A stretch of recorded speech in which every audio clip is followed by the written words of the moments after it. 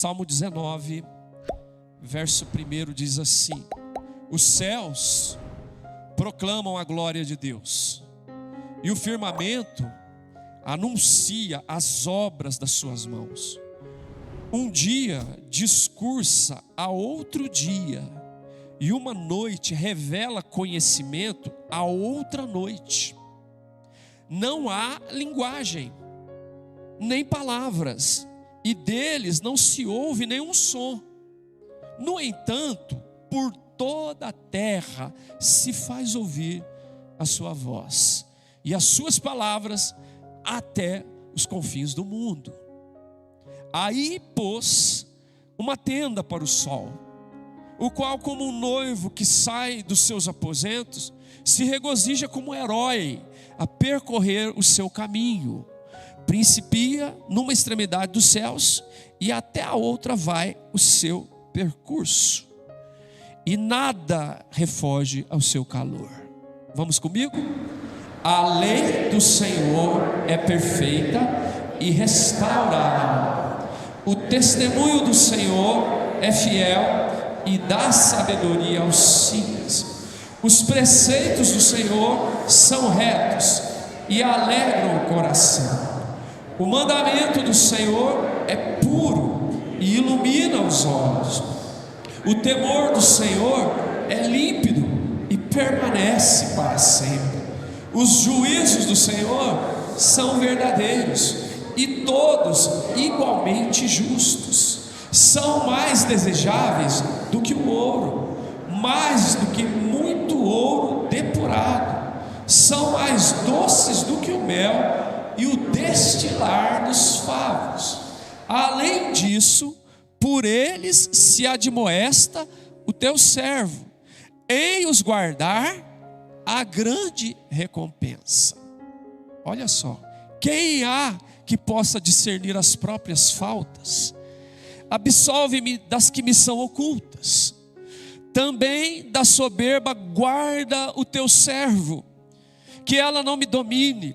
Então serei irrepreensível e ficarei livre de grande transgressão. As palavras dos meus lábios e o meditar do meu coração sejam agradáveis na tua presença, Senhor, rocha minha e redentor meu. Aleluia. Deus, fala conosco, Pai, pela tua palavra, pela ação do teu Espírito Santo. Que o Senhor, ó Pai, nos alimente nessa noite. É o que nós te pedimos em nome de Jesus. Amém. Amém. Como eu mencionei no início desse culto, outubro é um mês muito especial para nós, principalmente porque no dia 31 deste mês nós celebramos 506 anos de reforma protestante. Um marco na história do mundo e dos cristãos, onde Martinho Lutero, no dia 31 de outubro de 1517, colocou lá as suas 95 teses na porta do castelo de Wittenberg, na Alemanha. Isso deflagrou mudanças radicais, não só na cristandade, mas no mundo todo. Nós vivemos reflexos disso em todas as áreas da vida. Mas para nós, de maneira particular, há 5 princípios ou 5 lemas da reforma que a gente sempre precisa lembrar. Por causa do que Martinho Lutero fez, assim como os pré-reformadores antes dele fizeram, ficou em destaque 5 lemas, né? Só a Escritura, só a graça, só a fé, só Cristo e glória somente a Deus. 5 lemas que marcam a nossa história entre tantas coisas que vieram a partir dali. Então, se Deus permitir, durante esse mês de outubro, na medida do possível, vamos tocar nesses pontos, falar de alguns deles, né? Falar da graça, falar da fé, falar de Jesus, falar da glória só a Deus e falar da Escritura. Por isso é que eu li esse texto, porque esse texto do Salmo 19, um salmo que é atribuído a Davi, ele vai falar de como é que Deus se deu a conhecer. Eu lembrei da história de Alfred Nobel, na verdade, o correto, né? Alfred Nobel foi o sujeito que criou o prêmio Nobel. Um dia ele estava lendo o jornal, e ele, folheando o jornal, passou por obituário, uma coisa que hoje é quase impensável, né? A gente quase não está lendo o jornal, porque está tudo online, e quanto mais lê o obituário. Ele leu o obituário, os mortos, gostava de ler sobre quem tinha morrido. E ele se deparou com uma coisa que ele ficou chocado. Você não vai acreditar. Lá estava escrito o obituário dele. Alguém confundiu alguém que tinha morrido, um parente, alguém da família dele, eu não sei, ou outra pessoa, não me lembro, e noticiaram o falecimento dele. E aí ele ficou chocado, meu Deus, eu morri, então eu vou ler o que o pessoal escreveu sobre a minha morte. E ele ficou muito triste, porque ele havia descoberto a dinamite, e lá escreveram: aqui morreu um homem que trouxe grande desgraça para a humanidade.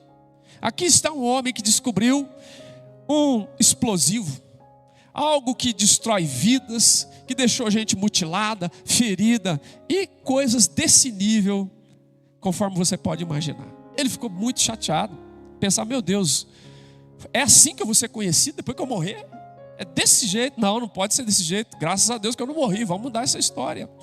Então ele fez lá um testamento, documento que toda a sua fortuna, todo a sua riqueza, quando ele morresse, seria doado para aquelas pessoas que contribuíssem para o bem da humanidade através daquilo que elas realizassem, descobrissem, né? Como no caso, você sabe, tem prêmio Nobel de literatura, tem prêmio Nobel de medicina, tem prêmio Nobel de sei lá quantas categorias existem. Ele destinou toda a sua fortuna para algo que fosse contribuir para o bem da humanidade. Então ele marcou o seu nome na história de maneira positiva. Como é que Deus se deu a conhecer? Alfred Nobel se deu a conhecer para o mundo pelo prêmio Nobel. Como é que Deus se deu a conhecer? De várias formas, mas o texto diz aqui: pelas coisas que ele criou, os céus declaram a glória de Deus. Um dia fala disso, outro dia. Sem discurso, Deus se deu a conhecer pelas coisas que ele criou, mas se deu a conhecer pela palavra que ele revelou, se deu a conhecer pela escritura sagrada. É a partir das coisas que Deus criou, mas sobretudo pela palavra que ele revelou, que nós o conhecemos. E acima de tudo isso, pela palavra que encarnou, o verbo que se fez carne. É assim que Deus se deu a conhecer. Mas hoje nós vamos falar sobre a escritura sagrada. Como é que Deus se revelou por meio da escritura, né? Melhor dizendo, falar dessa escritura pela qual Deus se revelou. Então por isso que eu fiz questão que vocês lessem comigo do verso 7 ao verso 11, que fala dessa escritura. O salmista faz questão de falar dessa escritura que Deus usou para dar a conhecer a nós a respeito dele, da sua pessoa, do seu caráter, do seu plano de salvação para a nossa vida, da maneira como ele tem algo extraordinário para nós, que não poderia ser conhecido, muito menos experimentado de outra maneira, a não ser que ele se revelasse. E ele fez isso, entre outras coisas, por meio da escritura. Então há 3 aspectos aqui que eu acho surpreendente. Eu vou citar os 2 primeiros e vou me deter no último, no terceiro. 3 aspectos. Primeiro, que chama atenção, é como o salmista descreve a escritura. Como ele descreve a Sagrada Escritura. Como é que ele descreve? Ele usa 6 termos para descrever a escritura. Eu só vou citar, não vou comentar, porque senão eu demoro demais. Tá bom? Ele descreve, como é que ele descreve a escritura? A lei do Senhor. Ele diz, é a lei do Senhor. Ele diz, é o testemunho do Senhor. Ele diz, são os preceitos do Senhor. Ele diz, é o mandamento do Senhor, é o temor do Senhor, são os juízos do Senhor. Ele usa 6 termos diferentes para se referir à mesma coisa. Ele está se referindo ao quê? A Sagrada Escritura, no caso dele o Antigo Testamento. Está se referindo a essa palavra que Deus revelou e pela qual nós o conhecemos. Conhecemos seu caráter, conhecemos sua vontade, conhecemos seus propósitos, conhecemos sobre a sua redenção. Ele usa esses 6 termos para descrever a palavra do Senhor ou a Escritura Sagrada. Mas a gente fica surpreso não só com como ele descreve a Escritura, mas como ele qualifica a Escritura. Ele não só descreve, ele qualifica. Olha os qualificativos que ele usa. Ele diz: essa escritura é perfeita, ela é fiel. Ele diz: essa escritura é reta, essa escritura é pura, essa escritura é límpida, é verdadeira, como está dito aqui. E ele diz assim: é tão linda essa escritura, conforme nós podemos ver, perfeita, fiel, reta, pura, límpida e verdadeira. Então ele não apenas descreve a escritura, mas ele qualifica quais são as qualidades dessa escritura que Deus usou para se revelar a nós. E ele usa coisas tão lindas, né?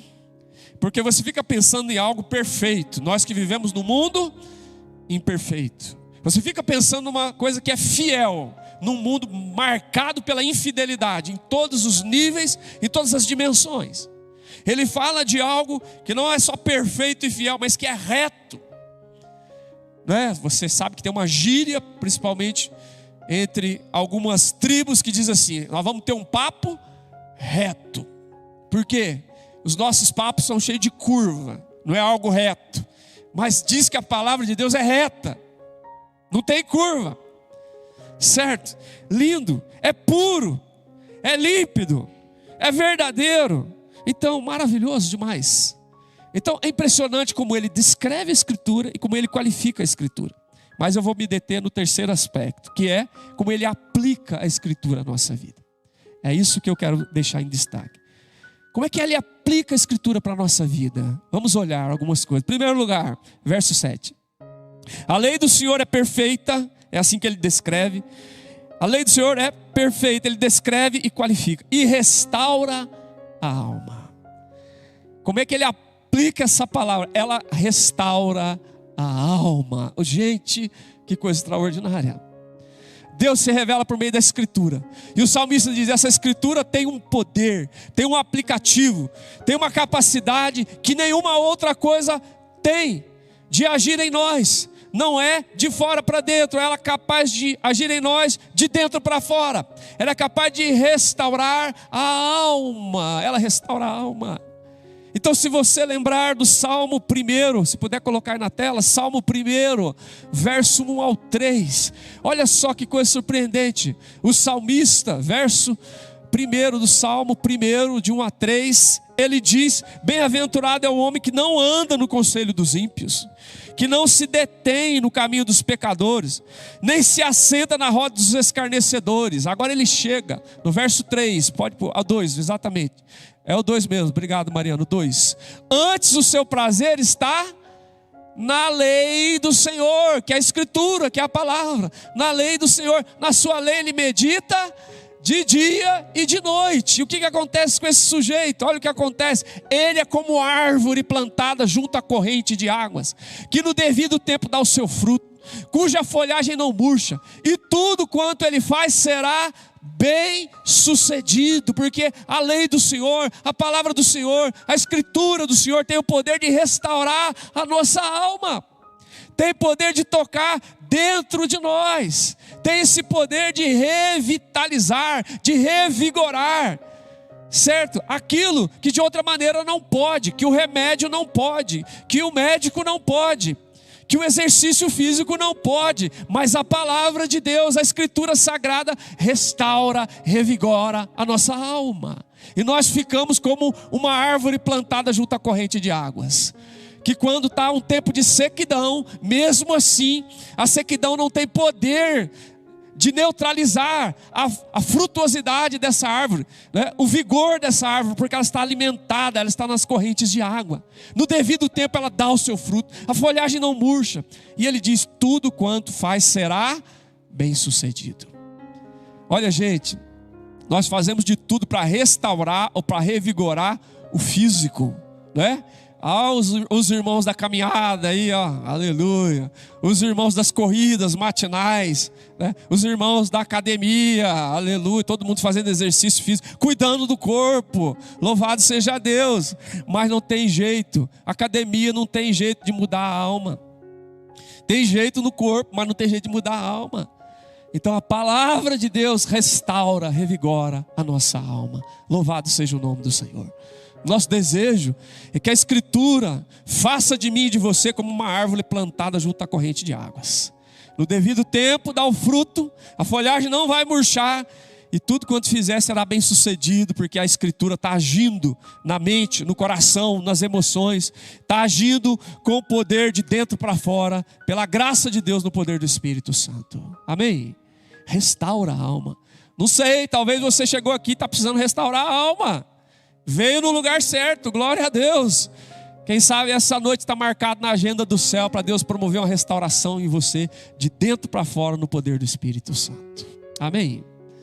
Segunda coisa, no Salmo 19, primeiro, a aplicação primeira, ela restaura a alma. Segundo, ainda no verso 7, Salmo 19, verso 7, o testemunho do Senhor é fiel e dá sabedoria aos simples. Dá sabedoria ao simples, dá sabedoria ao inexperiente, dá sabedoria àquele que está propenso a fazer uma coisa muito ruim, que está propenso a ir para um caminho de destruição, que não sabe discernir o bem do mal em muitas situações. E às vezes, mesmo nós, cada um de nós aqui sendo experientes, muitos de nós, vividos, com um tempo de igreja, com um tempo de escola dominical, vindo de uma família cristã com base sólida, nós não estamos livres. Não estamos livres muitas vezes de cairmos na simplicidade do nosso engano. Porque nós somos pecadores. Nós somos pecadores, irmãos. Você fala assim, não é possível. Aquela pessoa com tantos anos de igreja, não é possível, como é que ela caiu nisso? Não é possível, aquela pessoa era oficial da igreja, era presbítero, era diácono. Meu Deus, aquela pessoa era um pastor, como é que ele caiu? Pois é. A palavra de Deus diz assim, guardei a tua palavra no coração para não pecar contra ti. Então a palavra de Deus não só revigora a alma, mas ela dá sabedoria aos simples. Ela permite que a gente não caia naquilo que é a tendência do nosso coração cair. O provérbio diz assim, há caminhos que ao homem parece ser bom, mas o final são caminhos de morte. O que é que nos livra dos caminhos de morte? O que é que nos livra de cair nas ciladas do nosso próprio coração? A palavra de Deus. Então você vai lembrar que Jesus, o Filho de Deus, o Verbo que se fez carne, foi conduzido pelo Espírito ao deserto para ser tentado pelo diabo. Se Jesus foi tentado, será que você não será? Será que você não tem sido tentado? E como é que Jesus rechaça Satanás? Satanás diz, transforma a pedra em pão, atira-te do pináculo do templo, ajoelha e me adora. Jesus diz a ele, está escrito, está escrito, está escrito, está escrito. Jesus tinha a palavra no coração. Se ela foi capaz de dar capacidade ao Filho de Deus, quanto mais eu e você precisamos de capacidade para lidar com as ciladas, com as simplicidades, com as ingenuidades destruidoras que estão cercando a nossa vida. Parece tão simples, parece tão ingênuo, parece tão bobo, parece que não vai acontecer nada. Cuidado. A palavra de Deus, o testemunho do Senhor dá sabedoria aos simples. Deus vai te dar sabedoria para falar, epa, esse negócio parece, mas não é. Está muito atrativo, mas tem alguma coisa estranha nesse negócio. Você vai saber, a palavra de Deus vai dar sabedoria. Você lembra de Salomão? Salomão, substituindo seu pai Davi, ele teve um sonho, Deus falou com ele, pede o que você quiser, você sabe, e aí ele falou, Senhor, eu sou simples, eu sou inexperiente, eu não sei como governar esse reino, eu não tenho capacidade para isso, o Senhor me dá sabedoria. E Deus falou, bom, já que você pediu sabedoria, eu vou te dar sabedoria, eu vou te dar riqueza, poder e outras coisas. E você sabe que Deus deu sabedoria para ele, porque apareceu aquele caso das duas mulheres que viviam juntas e uma dormiu e matou seu filho. As duas brigaram, chegaram diante dele lá, o filho é meu, o filho é meu, aquela situação que você conhece. E ali a gente viu que Deus tinha dado sabedoria para ele. Como é que você, numa época que não havia exame de DNA, não tinha como fazer qualquer coisa, como é que você ia saber de quem era o filho? Ele falou, dá essa criança, parte no meio e dá um pedaço para cada uma. Ô gente, Salomão era demais, hein? Parte e dá um pedaço para cada uma. A mãe falou: de jeito nenhum, dá para ela o filho. Prefiro meu filho com ela mais vivo do que em pedaços. Ele falou: essa é a mãe. Você percebe? Salomão, o primeiro desafio que Salomão enfrentou, que precisou de sabedoria, que veio a ele da revelação de Deus, que Deus falou com ele. Sabedoria, a primeira coisa que ele enfrentou não foi um problema administrativo, não foi um problema de guerra militar, não foi um problema financeiro, foi um problema relacional entre duas mulheres e um filho.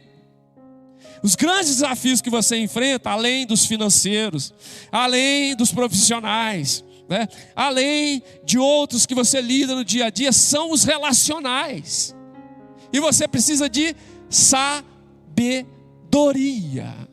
E o texto da palavra diz que a lei do Senhor restaura a alma e o testemunho do Senhor dá sabedoria aos simples. Sabe aqueles embrólios lá da sua casa? Cunhado, sogra, parente, filho, mãe, pai, que você fala: meu Deus do céu. Você precisa de sabedoria. A palavra do Senhor dá sabedoria aos simples. Ora, fala: Senhor, eu vou ler a tua palavra, fala comigo, dá sabedoria assim como o Senhor falou com Salomão. Me dirige para que eu faça o que é certo, pela direção do Senhor, em nome de Jesus. Amém? O que mais? Olha lá, o verso 8 diz: os preceitos do Senhor são retos e alegram o coração. Gente, a palavra de Deus restaura a alma. A palavra de Deus dá sabedoria para nós que somos simples diante de algumas coisas. A palavra de Deus alegra o coração. Louvado seja o nome do Senhor. Tem muita gente confundindo euforia com alegria, certo? Euforia quando o Palmeiras ganha, né, Marcelinho? Euforia, que maravilha. Euforia quando o Flamengo ganha, né, Márcio? Euforia é quando o Corinthians ganha. O Marcelo não tem nenhuma euforia quando o Corinthians ganha. Só que depois que perde ou cai para a segunda divisão, é pura decepção. O que acontece? 50 mil pessoas no estádio, ovacionando o time, depois aquele povo todo querendo apedrejar o jogador, querendo perseguir o técnico. É aquela tragédia. Porque isso não é alegria, isso é euforia. A palavra de Deus diz que a alegria para nós é fruto do Espírito Santo. Alegria verdadeira, genuína, independente se o seu time ganha ou se o seu time perde. Se você está vivendo na bênção, na prosperidade, se você foi promovido, ou se nada disso aconteceu e aconteceu o contrário. Porque a alegria do Senhor é a nossa força. A alegria do Senhor é a nossa força. Você percebe? A palavra de Deus permite que a gente viva a verdadeira alegria. A alegria que é gerada no céu e que é plantada no nosso coração pelo Espírito de Deus. Então, se você ler Neemias, coloca aí para nós, Mariana, Neemias, capítulo 8. Olha só que coisa mais linda. Neemias, capítulo de número 8. Vamos ler esse textinho aí rapidamente. Neemias capítulo 8. Versículo de número 9. A palavra de Deus trazendo alegria. Preste atenção nisso aqui. Neemias, que era governador, e Esdras, sacerdote e escriba, os levitas ensinavam todo o povo. Eles estavam ensinando a palavra de Deus, no contexto aí, depois você lê, tá? E disseram: este dia é consagrado ao Senhor, vosso Deus, pelo que não pranteeis, nem choreis. Porque todo o povo chorava, ouvindo o quê? Ouvindo as palavras da lei. Eles estavam ouvindo a lei de Deus. Eles foram confrontados no seu pecado, na sua dureza de coração, no seu desvio, e eles começaram a chorar. Eles não estavam empedernidos, eles não viraram leprosos espirituais, eles estavam sensíveis, choraram. Mas o Neemias falou: não, hoje não é dia de chorar não. Vocês estão ouvindo a palavra, mas não é para chorar não. Vai para o 10, por favor, Mariana. Disse-lhes mais: ide, comei carnes gordas. Ei, churrasco para quem gosta, né? Comei carnes gordas, tomai bebidas doces. Enviai porções aos que não têm nada preparado para si, porque esse dia é dia consagrado ao nosso Senhor. Portanto, não vos entristeçais, porque a alegria do Senhor é a vossa força. Como é que eles, ouvindo a palavra de Deus, ouvindo a lei de Deus? Irmãos, que coisa maravilhosa. Você entra aqui para ouvir a palavra de Deus, e em muitas situações Deus restaura a sua alma. Você estava aqui, entrou arrastando, saiu daqui revigorado. Deus restaurou o seu coração, a sua alma. Você foi para a semana e fala, glória a Deus. Você entrou aqui, estava com umas ideias tortas, erradas, simples, como ingênuo.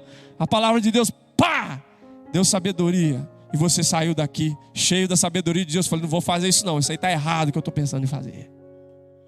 Você entrou aqui, jururu, macambúzio, com cara de bule.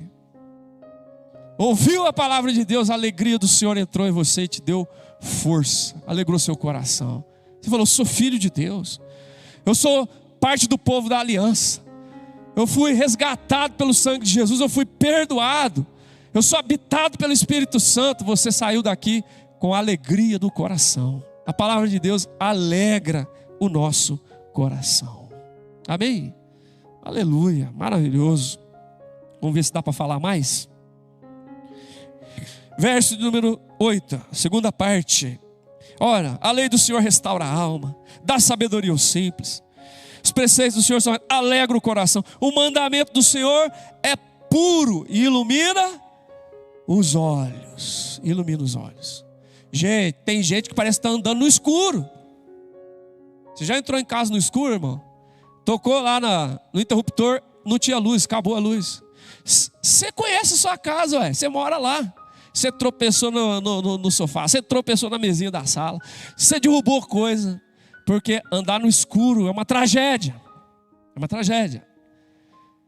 Por isso que a palavra diz que o ímpio é como quem anda no escuro. Ele não sabe onde que ele está indo, ele não sabe o que tem na frente dele. É perigoso ele cair num buraco porque ele não sabe. Eu lembro lá em São Bartolomeu, o meu pai está aí, não sei se ele está aí hoje. Ele ia visitar às vezes lá o seu Toninho Palma e a família Palma. Os Zias conhece, a Valdirene conhece. E nós vimos à noite da casa da mãe Cota, tá? E aí a gente vinha no escuro, né? Passando por aquela trilha lá, aquela estrada de terra. E nós dois vinhamos no escuro. Eu lembro disso andando com meu pai, Márcio, no escuro da casa da mãe Cota. Aí o que acontece? As vacas estavam deitadas no caminho. Quando vê, você tropeçava numa vaca. Então a gente tinha lá, não sei se era uma lanterninha, aí a gente via aquele monte de, como se fosse cupim no meio da estrada, eram as vacas. Você já imaginou, escuro? Não, a palavra do Senhor ilumina os olhos. Você lembra Jesus falando assim, se os teus olhos forem maus, né? Se os teus olhos forem trevas, forem mal, teu corpo será trevas. Mas se os teus olhos for luz, for bom, todo teu corpo será cheio de luz. Deus, da sua palavra, dá luz para os nossos olhos. Quer dizer, faz a gente enxergar as coisas na claridade da palavra, na claridade do Espírito, na claridade de Deus. Entende? A gente consegue. O Salmo 119 diz, o versículo famoso que todo mundo conhece, vai repetir comigo. Lâmpada para os meus pés é a tua palavra e luz para o meu caminho. Está entendendo, irmão, o valor da Escritura na nossa vida? Tem que ler a palavra, irmão. Tem que ler todo dia. Tem que meditar na palavra. Tem que comer. Tem que ruminar. Pastor Gervásio falava que tem que ruminar, né? Alguns animais têm 2 estômagos, ou tem um processo de ruminação. Come, mastiga, vai, aí volta, ele mastiga de novo. Aí vai, mastiga de novo. Você tem que ler a palavra. Você tem que meditar na palavra. Porque ela é que vai restaurar a tua alma. Ela que vai dar sabedoria para você não ser um simples. Ela que vai alegrar o teu coração, ela que vai iluminar os teus olhos. Para que você veja, não da perspectiva do homem, não da perspectiva do engano do teu coração, para que você veja da perspectiva do céu e de Deus. Para você olhar para o seu casamento da perspectiva de Deus. Você fala, nossa, mas a grama do vizinho é verde, hein? Que maravilha! Daqui a pouco está pulando a cerca, miserável. Mas você não vive com aquela miserável, você não vive com aquele miserável, você não acorda com ele, não sabe como que é. Para Deus iluminar os seus olhos e parar de loucura. Para você parar de ficar navegando na pornografia. De encher a sua cabeça de loucura, de besteira, de lixo. Deus iluminar os seus olhos. Uma pessoa olha para mim e fala assim: nossa, mas que maravilha de homem, né? Esbelto, educado, gentil. Você não mora comigo, é? Vai perguntar para ela. Vai perguntar. Falaram isso hoje lá, é verdade, lá no velório, né? A irmã falou assim, não sei o que, não sei o que. Aí ela falou assim, ele é perfeito. Eu quase falei, inocente. Entendeu? Se Deus não colocar luz nos nossos olhos, a gente começa a enxergar coisa que não existe. Achar aquilo lá maravilhoso e pode ser uma tragédia na sua vida.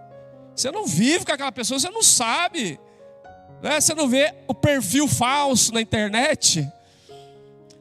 Tem muita postagem na internet que é engraçada. Eles colocam assim 2 fotos, né? Uma, a foto que ela postou, coisa mais linda. Quando vai para o encontro, você não acredita que é aquela pessoa. E tem outra também, não sei se vocês viram.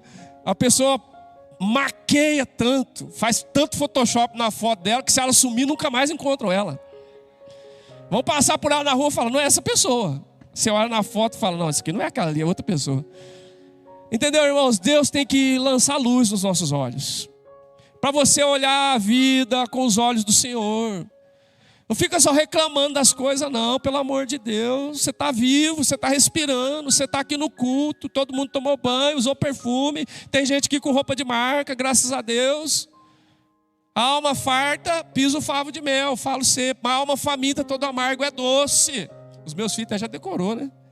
De vez em quando eles dão essas tiradinhas comigo lá na mesa. A alma farta, pisa o favo de mel. A alma faminta, toda amarga é doce. Lâmpada para os meus pés é a tua palavra e luz para o meu caminho.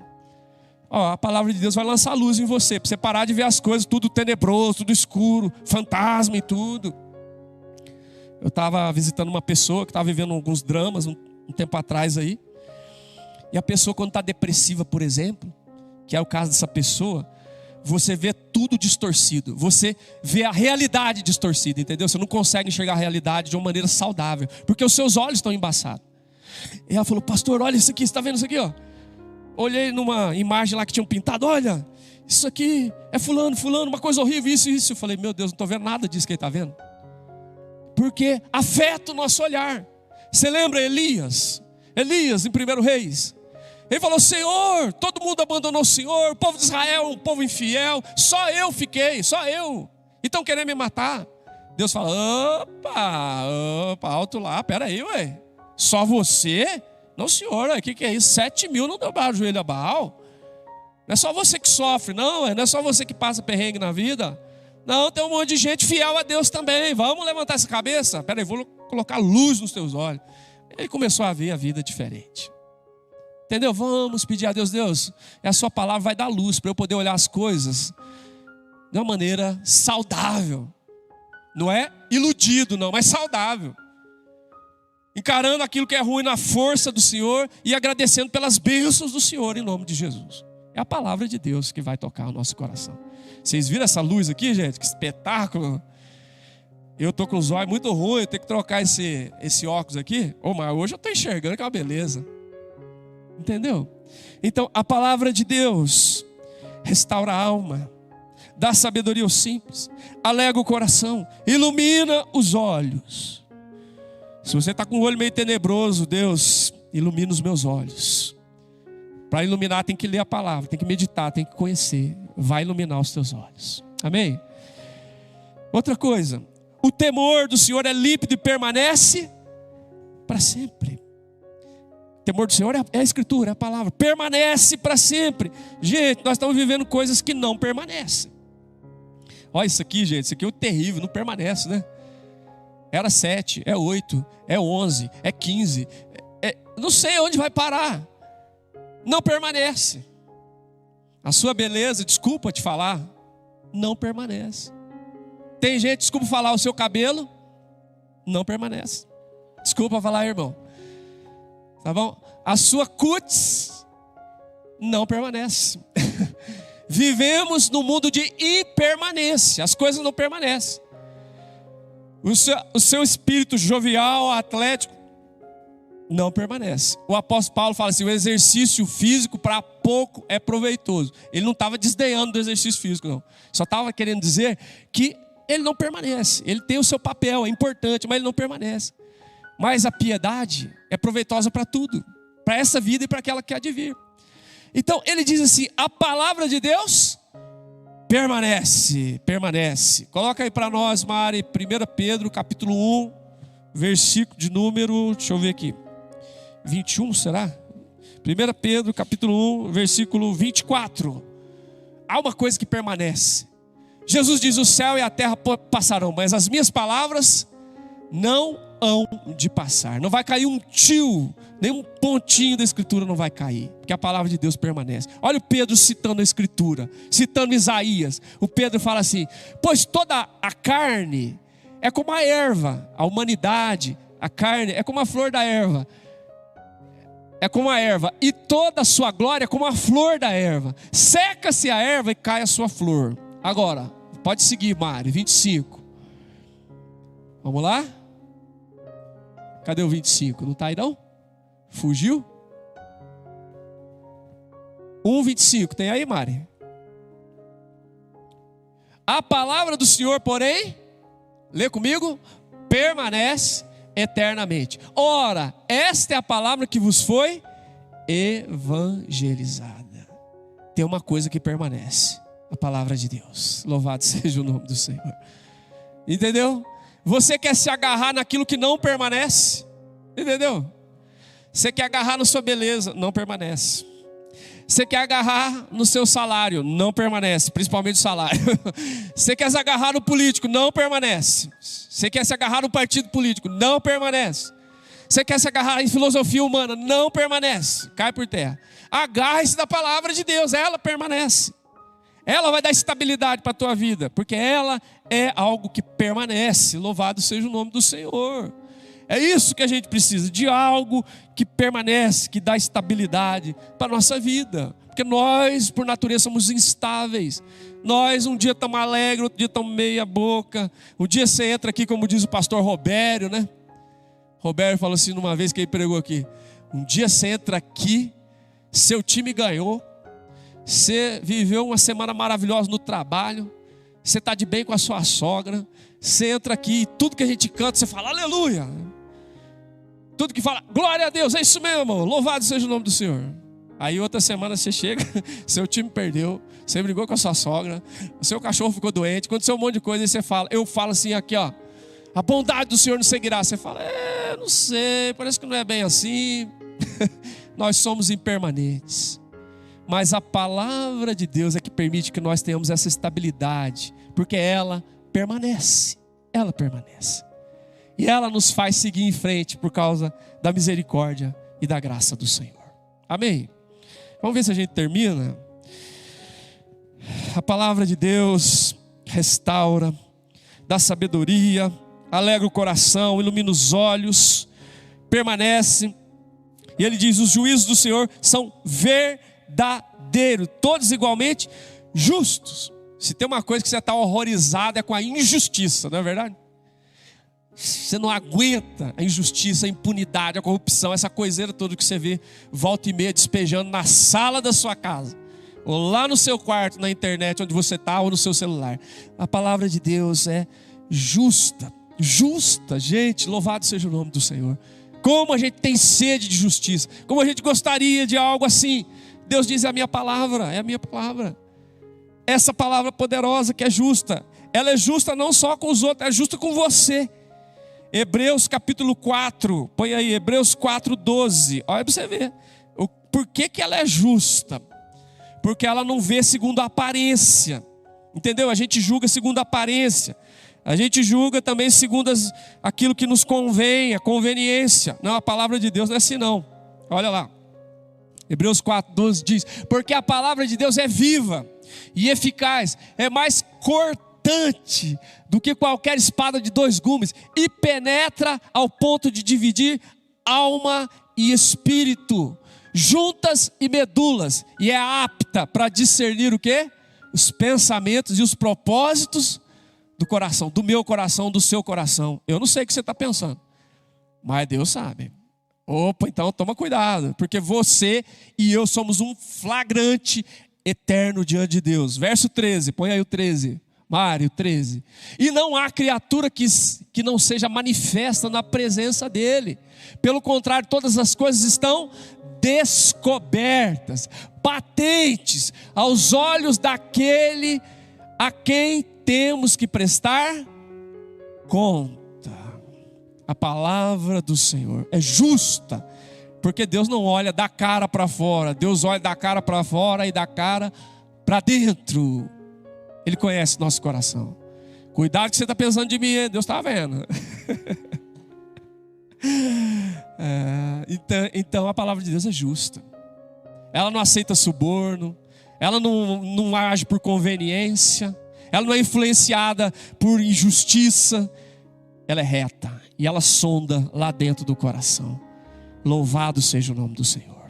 Amém? Gente, tá bom, né? Tá bom. Vamos terminar. A palavra do Senhor é proveitosa. Oh, gente, quanta coisa inútil, quanta coisa que não tem proveito nenhum, que nós estamos agarrados nela, não é? Eu e você. Por exemplo, o celular acaba com a nossa vida com coisa inútil, que não infrói, que não contribui, como diz a minha esposa. E nós estamos agarrados nessas porcarias, nós perdemos tempo. E nós perdemos o vínculo, e nós já não conversamos na mesa, e nós já não relacionamos com a família, porque são coisas que não são proveitosas.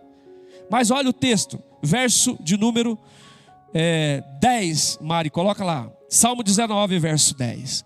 Ela restaura a alma, ela dá sabedoria, ela alegra o coração, ela ilumina os olhos, ela permanece, ela é justa, e ela é proveitosa para a nossa vida, gente. Você quer uma coisa proveitosa na sua vida? É a palavra de Deus, olha aí.